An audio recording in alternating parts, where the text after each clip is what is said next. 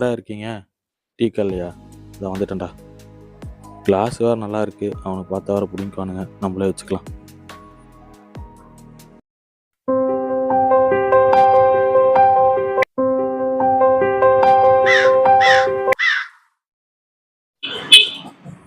ஐயோ, ஃபங்க்ஷனுக்கு வேறு டைம் ஆச்சு. ஃபோன் மேலே ஃபோன் பண்ணிக்கிட்டே இருக்கானுங்க வேற.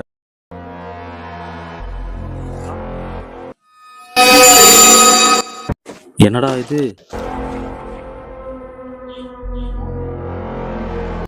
வெயிட் பண்ணுங்க மச்சான், வந்துட்டே இருக்கேன்.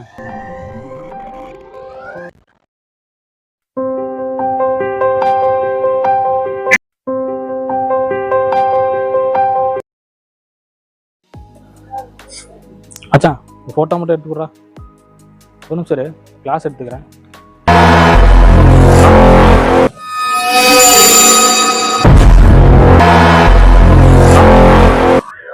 என்னடா அது கண்ணாடி கலர்னா எதுவும் தெரியல, கண்ணாடி போட்டால் ஏதோ ஒரு உருவம் தெரியுது.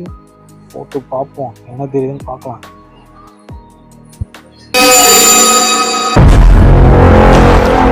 பேசி பார்ப்போமா? வேண்டாம், பயமாக இருக்கு. என்ன பண்ணலாம்? பேசி தான் பார்ப்போமோ? பார்க்கலாம், என்னதான் நடக்குன்னு தெரியல. யார் நீ? என் பேர் ரவி. நான் ஒரு மாற்றுத்திறனாளி. நான் பிறக்கும் போதே எனக்கு கண்ணு தெரியாது. நான் ஹோமில் தான் வளர்ந்தேன். நான் நல்லா படித்து ஒரு ப்ரைவேட் கம்பெனியில் வேலைக்கு போயிட்டு வந்துட்டு இருந்தேன்.